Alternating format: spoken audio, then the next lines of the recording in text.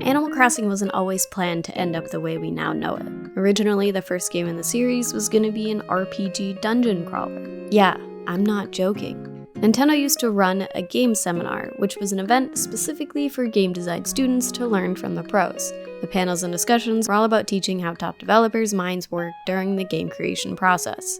In 2008, City Folk had just released for the Wii, and the Nintendo Game Seminar occurred right around the same time. So the developers decided that talking about the original development of Animal Crossing would be a good topic. And boy oh boy, am I happy they did. The panelists were Iwata, then president and CEO of Nintendo, Iguchi, creator and producer of the Animal Crossing series, and Nogami, who was then director but now executive producer of the series. These legends brought up the craziest fact about Animal Crossing. I thought I knew mostly everything about the series: unused assets, the basic inspiration behind the creation of the game, the best way to wash Gracie's car. I thought I was a pro. And then Iguchi dropped the bomb that Animal Crossing was originally a dungeon crawler. This relaxing, wholesome game where you take all the time in the world to do what you want when you want was gonna be about battling. Back when what we now know as Animal Crossing was at the beginning stages of development, Nintendo wanted to utilize the 64DD, which was a disk drive peripheral for the N64. Discs can hold a lot more data than the cartridges that were being used at the time, especially backup save data. So Nintendo wanted to use the extra data to their advantage. And Nintendo, being Nintendo, they wanted to do something that hadn't been done before. Iguchi came up with the idea to make an RPG dungeon crawler. For those that aren't familiar with gaming terms, RPG stands for a role-playing game. Naturally, a lot of games fall into this category. Some you might know are Breath of the Wild, Stardew Valley, Final Fantasy, Pokemon. Pokemon and Final Fantasy are more specifically turn-based RPGs, while something like Stardew is more of a farm sim RPG. So there's a lot of differences between the games. It's just a thing, okay? Iguchi wanted Animal Crossing to be an RPG dungeon crawler, where you take your team through a bunch of different dungeons and solve puzzles, fight enemies, and ultimately make your way to the finish line, which is the end of the dungeon, and then continue your quest at a completely different dungeon. So just slightly similar to the Animal Crossing we know today. The main theme of the game was communication. As a game developer in Japan, Iguchi wasn't able to spend a ton of time with his family. He wanted a way to play a game with his kid without having to physically play at the same time, since he worked long hours and usually came home long after bedtime. His idea would be one person play for a bit, quit the game for the night, and have another person come play their character and continue through the dungeon, solving puzzles and getting through obstacles that the other person wasn't able to complete. What you did in the game would affect other players.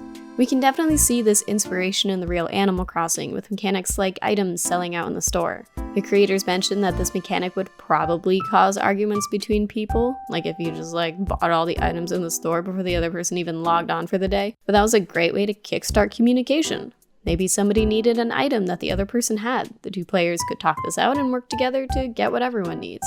Usually in RPGs, you are the hero. You have all the cool powers, yada yada. But in this game, Iguchi wanted you to be completely powerless and need the help of your animal friends to get through the dungeon. Which kind of reminds me of Pokemon, though in Pokemon we still take pretty much all the credit, even though the animals are doing all the work. Are we the champion or our Pokemon? Our Pokemon's the Pokemon master.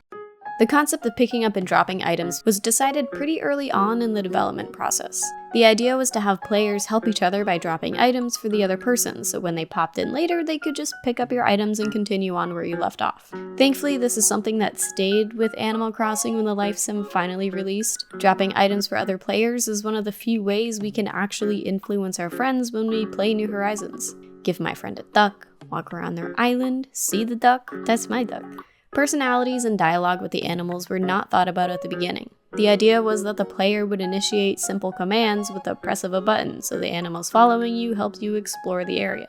Each species would have its own strengths and weaknesses. Like birds could fly, and maybe they could reach high places or search the area from the air or something, while other animals like Bubbles, the hippo, would be completely useless in the game. I mean, I don't know, they didn't go into specifics on what those strengths and weaknesses are, but I'd imagine Bubbles would have just no good qualities.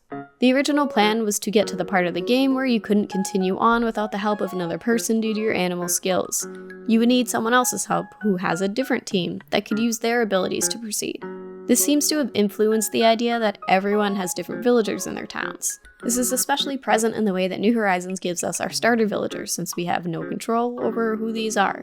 We all still have our own team of different animals in a way. The idea of different strengths and weaknesses were to initiate communication between players. This way you would still be playing with each other even though you weren't playing simultaneously. Maybe there was a place that only a bird could access, but you didn't have a bird, so your dad would play when he came home from work and reach the item with his bird. This entire game was in the middle of development when the 64DD was discontinued, which means everything they had done that took advantage of the extra data would have to change to fit on a regular N64 cartridge. For those of you that don't know, Animal Crossing was originally released in Japan on the N64. It was released on the GameCube later after a few revisions that were made to the game. One of the features they wanted to include was the clock function. The developers knew from the beginning that they wanted the game to run in real time. This would be necessary to allow players to play asynchronously. The 64DD had clock functionality built in, and they wanted to use that to their advantage. But now that the 64DD was no longer an option, each cartridge had a battery that kept the time even when the system was off. Just one of the many ideas that they had to improvise to keep some of the original mechanics intact. Originally, there were going to be 4 islands the player would travel to, 1 island for each of the 4 seasons. Now that there was less space to work with, these 4 islands turned into 1 village. The singular village turned into what we now know as our town, or New Horizons, our home island. As they started reducing the size of the game, they slowly realized it wasn't possible to include any of the dungeon crawler aspects. The RPG they envisioned had completely disappeared, but they wanted to keep the theme of playing together asynchronously. When brainstorming what to do in the small area, the team thought it would be a good idea to be able to decorate a house and show it off to your friends. How they got from dungeon crawling to decorating, I don't know, but the basis of Animal Crossing was born. The idea was to gather materials for decorating, which ironically didn't show up in the series until New Horizons, but in a sense we did have to collect the furniture from Tom Nook's shop, just not specific materials like wood, iron, stone, the resources we have now. The developer started creating village assets to satisfy the places to purchase the items for decoration and what you needed to use for payment. And this is when the bell was created. When trying to think about what else players could do in this tiny village, the idea of catching fish and bugs, as well as catching them at specific times, was considered. Just another way to spark communication between players, letting the other person know what type of bug they caught in the middle of the night, but we have data miners who do everything in their power to help us play games, which means we didn't even need to talk to people. I guess that kind of completely ruined their intentions. Now we can just communicate with Google instead. Their motivation for this was maybe you were sad you missed out on Tom Nook's shop because it's closed at night. But hey, you caught an awesome fish, and maybe your kid would give you some respect for that. Typical dad wanting to be cool with his sea bass. The next idea was to make the villages randomly generated, so everyone would have their own personal unique town. Yet another way for players to communicate. It was designed in a way where if you went to someone else's village, you had to ask, where's your store? Even though it was always in the A row. But again, we know too much information. Data miners giving introverted people a reason not to talk to other people since 2001. Thank you. The only problem the developers saw with the game was the lack of a goal. Iguchi said they were nervous about this all the way up until release. It's a game that's never been done before. Fun that was designed to be played for a few minutes and then feel satisfied that you've played enough for the day. A game designed for you to quit. Animal Crossing was created for you to run out of stuff to do for the day and instead come back tomorrow for more tasks. This is one of the reasons why there's an absurd number of furniture items in the game. They aren't there for us to collect, apparently. They created more and more items to give us a bunch of options, but never feel the need to actually grab everything in the game. Joke's on them. This is why we can't see all the furniture we're missing. The developers were actively trying to stop us from getting all the items, but as a completionist, sometimes that's just what you enjoy. The number of furniture items would also provide enough variety between everyone's houses. No 2 towns or rooms were the same. There's still evidence of the beginnings of this RPG dungeon crawler in the files of the Botsunomori or Animal Forest. Data miner Lom TV found some leftover assets, Soldier 1 and 2, who seem to have turned into Copper and Booker eventually, as well as Oba, Japanese for aunt, who seems to have turned into Joan. No one is entirely sure how these characters were supposed to fit into the dungeon world, but the fact that there's still evidence of them in the original game files is pretty amazing.